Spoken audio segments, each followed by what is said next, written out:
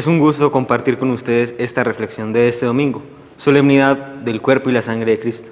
Mi nombre es Iván Steven, pertenezco al grupo Segundo Discipulado y escuchemos atentos el mensaje de la palabra de Dios. Del Evangelio según San Marcos. El primer día de los ácimos, cuando se sacrificaba el Cordero Pascual, le dicen sus discípulos: ¿Dónde quieres que vayamos a hacer los preparativos para que comas el Cordero de la Pascua? Entonces envía a 2 de sus discípulos y les dice: Id a la ciudad, os saldrá al encuentro un hombre llevando un cántaro de agua, seguidle y allí donde entre, decid al dueño de la casa: el maestro dice, ¿dónde está mi sala donde pueda comer la Pascua con mis discípulos? Él os enseñará en el piso superior una sala grande, ya dispuesta y preparada. Haced allí los preparativos para nosotros.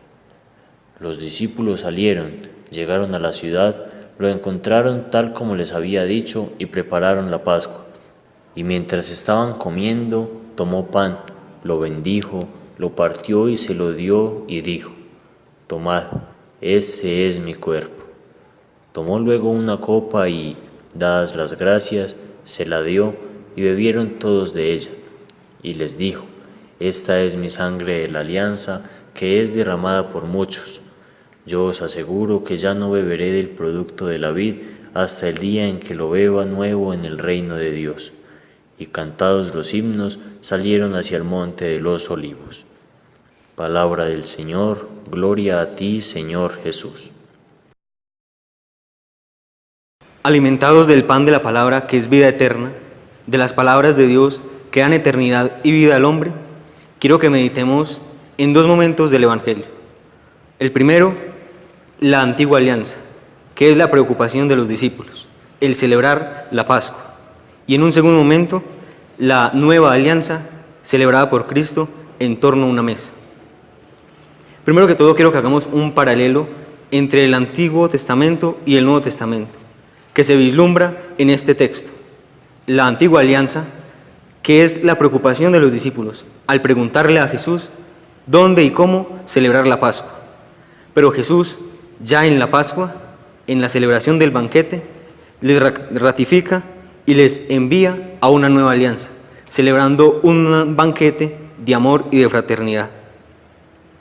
En el mismo Evangelio de Marcos encontramos la entrada triunfal de Jesús a Jerusalén y podemos hacer un paralelo con el inicio del Evangelio de este domingo. Jesús ya conoce todo lo que va a suceder al enviar a sus discípulos. De igual manera, en este Evangelio, Jesús conoce y sabe lo que va a suceder al enviar a sus discípulos. En el Evangelio de la entrada triunfal a Jerusalén, Jesús es el nuevo David, el nuevo enviado de Dios para la nueva alianza. Ahora, en este Evangelio, Jesús se transforma y se convierte en el nuevo Cordero de la nueva alianza. El banquete de Jesús es el banquete que transforma la alianza no errónea del Antiguo Testamento, sino que la plenifica y la vivifica. La antigua alianza, celebrada por Moisés en el Sinaí, es sellada con la sangre de un cordero. La nueva alianza es sellada con la sangre perfecta y sin mancha de Jesús. Este Evangelio no tendría sentido si se quedara en simples exégesis y reflexiones. Por eso deseo que en 3 actitudes del cristiano miremos y reflexionemos este Evangelio. La primera, la confianza. Los discípulos confían en la palabra del Maestro, confían plenamente en que la palabra de Jesús es palabra de verdad y de vida. Por eso, al envío de Jesús, van confiados y alegres a cumplir lo que el Maestro les envía a hacer. La confianza es la donación plena a la voluntad divina. Y nos preguntamos, ¿cuál es la voluntad de Dios? Pues la voluntad de Dios es que el hombre viva para que le dé gloria y alabanza. La gloria y la alabanza que el hombre da a Dios se da en la entrega continua y cotidiana de su vida a los demás, haciendo de cada momento un espacio y una ocasión para glorificar a Dios, no en simple oración, sino en la cotidianidad de la vida.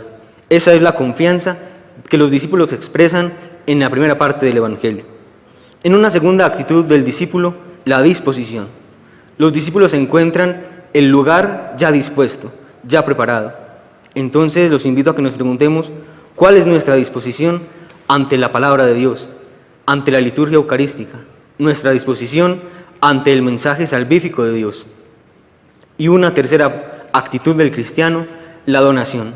De nada tendría sentido la confianza en Dios y la disposición a Dios si no se dona el hombre en el mundo. Es bueno celebrar la liturgia eucarística en el altar del templo, pero no tendría sentido si no se continúa y se celebra en el altar del mundo. Allí es donde la cristiandad y la fe del cristiano tiene sentido. Si lo que se celebra y se vive en la Eucaristía no se lleva a la cotidianidad, no tendría sentido. Por ello, la donación del cristiano en lo cotidiano, en la normalidad de su vida, es donde puede ratificar su vida litúrgica, su vida eucarística.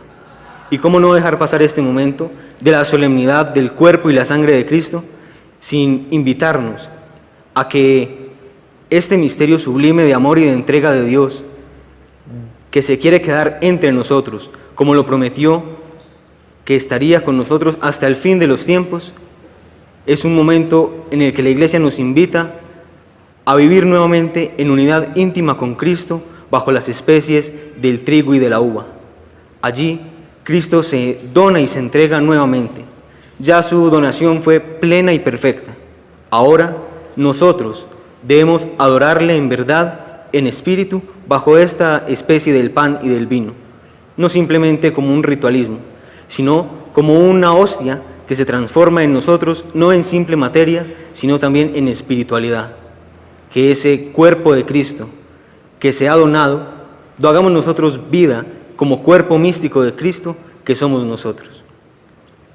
Hagamos pues un momento de oración en torno a este misterio sublime de la Eucaristía. Jesús, el buen Maestro, quiere que nosotros nos pongamos a sus pies, que no le dejemos solo allí bajo las especies del pan, que nos encontremos con Él y vivamos con Él este misterio sublime de amor y de entrega, para que le entreguemos a Él nuestros dolores, nuestras angustias y miedos, para que este sacramento de amor nos fortifique, nos dé aliento, nos dé vida. Que Dios en su infinito amor y en su infinita bondad, que se ha quedado allí para acompañar la historia del hombre, la historia de cada uno de nosotros, nos permea a nosotros y nos dignifique bajo la especie del sagrado pan. Gloria al Padre, al Hijo y al Espíritu Santo, como era en el principio, ahora y siempre, por los siglos de los siglos. Amén. Queremos ser discípulos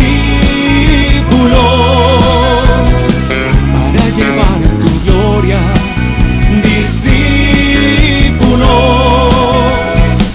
para anunciar tu amor, para llevar tu nombre a donde vamos en